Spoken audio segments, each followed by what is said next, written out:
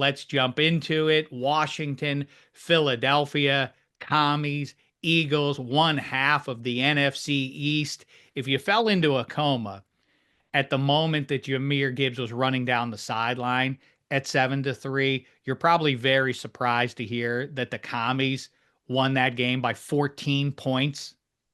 But that's exactly what happened. As it is now, the Eagles are laying 6. The total is 47.5. Easy peasy. Like I said earlier, I think there's a legit chance you see Kenny Pickett in this game.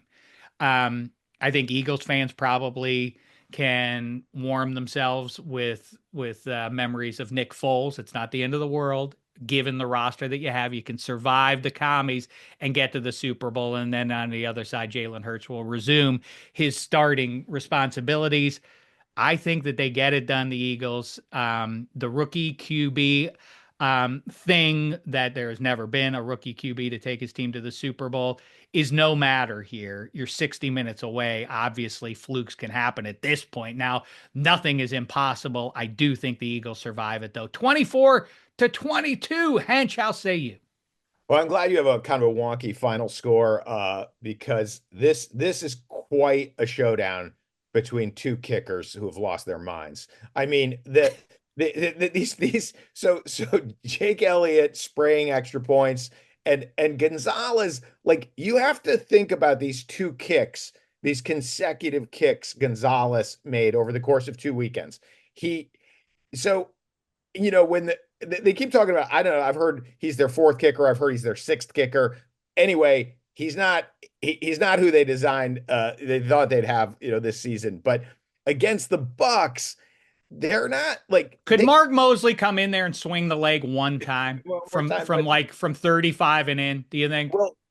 so because the computer says you should go for it anyway, like maybe it's good, maybe it helps you having no faith in your kicker because you end up scoring Right. touchdowns. But so I was watching the Commanders do that thing where it's like, okay, Jaden Daniels, you're going to lose 4 yards against the Bucks to set up this field goal, and I'm like, now you're moving into where guys miss from. You're shouldn't you be burrowing forward?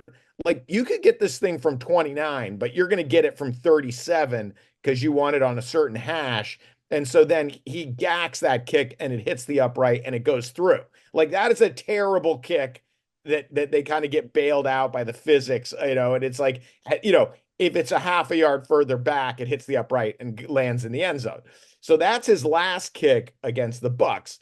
Then his first kick against the Lions misses the field entirely. It's like, oh wow. And then his last kick against the Lions indoors to make it a 3-score game, he gacks that. So obviously the commies have no faith in their kicker. And then on the other side, the only reason that the Rams were driving with meaning there is because Elliott can't make an extra point. So hopefully it doesn't come down to either of those guys. I've just decided, looking at these two games, I'm going with my heart in both of them. I'm taking the commies to keep it super close. The team almost never punts. I don't know, like the Jaden Daniels stats, Spaghetti threw him out last week. Like he's had more games where the punter didn't have to get on the plane than all those Hall of Fame quarterbacks combined. He's just a different breed of cat. And I do think until proven otherwise, obviously ice water, I think he keeps it close. I'm tempted. You know what? I'm going to pick him outright. 27-24 commies. Ooh, fun. I say it all the time, but like life itself, people always say it's short. The football season is so short. It's also long. And proof of that is the journey just in the last 4 months of Nick Sirianni. Can you imagine he's about to go to a Super Bowl for the second time in 3 years, given all the stuff with Sirianni? Forget his interactions with anyone outside of Philadelphia. I'm just talking about with the Philadelphia people, how poisonous it is. And yet 60 minutes away. Eddie Spaghetti, how say you? Hey, Ryan Day. Ryan Day. Yeah, Oh that's true. Yeah, maybe God. it's the year of the acidic head coach, right? I thought we were on to pro football. Well, pro football, I He think doesn't want to talk about it, Hench. He doesn't want to every talk about what happened on just Monday. trying to steamroll right by, forget it ever happened. Everyone I think in football America has this in the back of their mind. Like we know where the Super Bowl is headed to. It's very honorable of Hench to take the Commanders, and I'm gonna, I guess, Tarantino my picks here, and I'll work backwards. But we know we're destined for. We're destined for round two. It's the matchup that nobody wants. The Eagles are going to win this game. Shek, you keep bringing up Kenny Pickett. Kenny Pickett did play in that second game where the Commanders did beat the Eagles in this season. The Eagles are up in that game. I believe they're going into the third. The third quarter ended, so entering the fourth quarter, they were up like 27-14. That to me just reeked of a game where they just took their foot off the gas, and obviously Definitely. Jalen Hurts only threw 4 passes in that game. So I just feel like, and then obviously the Eagles won the other game by 2 scores. So I just think the Eagles are a bad matchup for this team. You have Jalen Carter dominating that D line has been fantastic, and the defensive backs have been fantastic. And it really just is a one man show. What else could Jaden Daniels do alone? Jalen Hurts, on the other hand, he is banged up. I mean, he hasn't been a prolific passer, but he hasn't done anything wrong. He's not turning the ball over. He's not throwing interceptions. He's not, he's running when he has to, which he did last game. But the Packers game, he did throw for 2 touchdown passes. He's been very efficient with his passing. I just, it's the Saquon Barkley show. So I just think, unfortunately, again, for Football America, we're going to get a boring matchup in the Super Bowl, and the Eagles will win this game, and they will cover. But kudos to Jaden Daniels for an incredible season when he had a lot of doubters, entering the draft, entering this his new team, and he somehow kind of is trying to reverse history here. But yeah, Eagles are a juggernaut. Weird spot for Caleb Williams, right? Because he's a DC guy, so he probably likes the commies, but you don't want Jaden Daniels to show you up. Maybe you made pals with him in the Heisman process, draft process, but he's got to have some mixed emotions there because if you were to redraft it, Chicago would take Jaden Daniels and he Mhm. would have wound up in his hometown. But of course, nobody in his hometown would ever want him at this point. They love Jaden Daniels now. All right, interesting stuff. Halftime show. It's a Mr. Lister pop quiz. Get ready. By the way, what kind of thing is that from Eddie Spaghetti? How cynical can we be? It's the Super Bowl matchup nobody wants. The team going for a three-peat against the best team in the NFC the last couple of years. That Shaq, ain't so bad, is it? have you been online the past I couple know. I, days I can't. No, I'm not or saying turned that the TV on? I'm not saying you personally are feeling this is what it is. Everybody's so tired of dynasties. 20 years from now, believe me, that hear me now, believe me in 20 years, you will be happy you got to see a dynasty instead of just rolling like whose turn is it this season kind of effect in pro football. It's good to be able to mark your place in history by looking back at the best teams and saying, I saw that team. That's the value of looking at dynasties. All right, here we go. Hey, real quick, Halftime like show. because you gotta get your Mr. Lister, but I know Spaghetti wanted to talk about it. I didn't see any how like sometimes the computer Sal has this like he'll say the computer says like there's a website or something. I don't know like but like you know obviously had the kid made the chip shot against Ohio State to make it a 13-point game. I think it was 31-26 when Ohio State on 3rd and 11, if you don't convert, the other team has the ball with a chance to win, adds pressure. Like it would, but did any, what was there any like definitive analytics that said Marcus Freeman should have gone for it on 4th and goal from the 9.5 yard line? I, Did the I computer I just think say? that I'm not sure what the analytics would say because of how far away they were, but I think kicking a field goal at that point in the game, how it felt was like you just want the That's score to right. look closer at the end, and that's not how Freeman coaches. He's more of a he's an aggressive coach. Obviously, that first drive they went on 4th down, I believe twice, and the other one where they faked it instead of just going for it is not really what they do. So I don't I thought get the why they fake kicked the punt field goal. was I thought the fake punt was it was like a fake punt where everyone knows we're going to fake, which is the least effective kind of fake punt,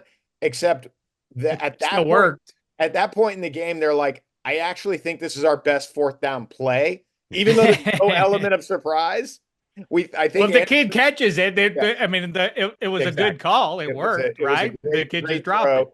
And Angeli again, great throw. All right. All right, here we go. Mr. Lister pop quiz for you. There are 11 answers on the board. Age before beauty. Hence, you're first. Of the final four teams, there have been 11 starting quarterbacks in Super Bowls past. Name them, Hench. Len Dawson. Correct. Doug Williams. Oh, okay. Len Dawson and Doug Williams. We're out of the gate red hot, fellas. Go ahead, Hench. Jim Kelly. Very nice. I guess I'll just take Mahomes. There you go. The easy one. Hench. Joe Theismann. Very good. I'll take another easy one that was in the Super Bowl was Jalen Hurts. Very good.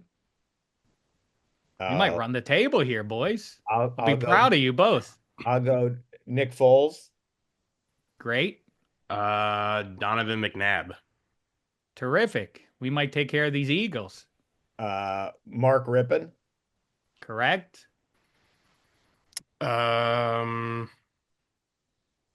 Bing, bong, bing, bong, bing. Jaws. Bong, bing, bong. I'm going to allow it. Jaws. Ron Jaworski. Hench. Billy Kilmer. He did it. We Wow. did it. You guys ran the table. I'm proud of you. Postseason form, like I say, that sets us up neatly. Buffalo Bills, Kansas City Chiefs, home team in Arrowhead, laying 1.5 total. Same as it is on the NFC side, 47.5. Listen, I know I say it all the time. I hate to go chalk on this. 36 out of the last 48 Super Bowl participants had a bye by Sunday night. It's going to be 37 out of 50. The reason that we think Patrick Mahomes is the best quarterback of the era, in an era that includes future Hall of Famers and MVP candidates and everything else, Josh Allen and Lamar Jackson, is because Patrick Mahomes and the Chiefs win the big games. They do it again here. 30-26. They get it. Hench, how say you? I mean, I've just been decimated for years now picking against the Chiefs, and I'm gonna do it again. I think, Josh Allen, again, the mistake-free Josh Allen, these two quarterbacks. I mean, Mahomes has been consistently mistake-free in the big games. This is kind of new for Josh Allen this year, not turning the ball over. I also think, even though they're kind of anonymous the way they spread it around, I actually think the Bills' skill position players are better than the Chiefs' skill position players. I think, that they have more explosive talent on the outside. And I think, James Cook gets to the second level in a way that Pacheco and Kareem Hunt have not. So I'll flip it on its head. I'll go 30-26 Bills. Fun. I enjoy it. Spaghetti, break the tie for us, won't you? Yeah, I mean, I said I Tarantinoed it. I told you it's a Super Bowl that nobody wants. There's no real rhyme or reason or statistics I could point to like I normally do for why this game will be different. I just know that it's going to happen. And obviously, like, I know for me, for my fandom, there's going to be an NFC East team in it anyway. Obviously, without question, would much rather the Commanders in the game than having to see, Jalen Hurts potentially win one and Hurts winning one after Foles and Saquon which would be awful. This is Alien and- or Predator and- for Giants fans. You could have had Jaden Daniels, but you blew it. You could have kept Saquon Barkley, but you Right. blew it. Either way is not going to be no, a I'm good- going to push back on the day. I don't think there was any, as we saw too with the Patriots, like there was just no chance the Giants are going to be there was no way they were moving into the top three. Those three teams were locked in. They were not trading those picks. I don't think we're going to but yes, if they didn't win those Tommy DeVito games, they could have potentially drafted him. And the same thing with the Bills. Like, obviously, we'd all rather see Josh Allen finally win one. He seems to be a guy that everyone roots for. We're kind of tired of the Chiefs. I do agree that a three-peat would be phenomenal. We go from one dynasty to another. This game will be close-ish. I do think that there may be a Josh Allen, untimely fumble or maybe a tip ball interception. It'll be close, and then the referees will do their typical thing, and Mahomes will find a way and scramble and just extend a play, and they're going to win this game by a handful of points, and Josh Allen goes home sad again. And I weirdly also think, too, that, like, the Bills beating them in the regular season, I'm like, once that happen, I'm like, oh, they're going to end up losing to them when it actually matters. And that's what's going to happen in this one. So we're going to get Eagles Chiefs part 2. How do you think this guy, how it's going to go down, Spaghetti? Chiefs up 3, 6 seconds left, ball on their own 1 yard line. Tommy Townsend takes the safety, runs around the back of the end zone. Chiefs win by 1. Congratulations. That's so perfect. Chiefs win by 1. Andy Reid's wondering why everyone's yelling. Aren't we? I thought we were excited. We're going to the Super Bowl. Fuck you, By the way, Reid. so that's the nightmare for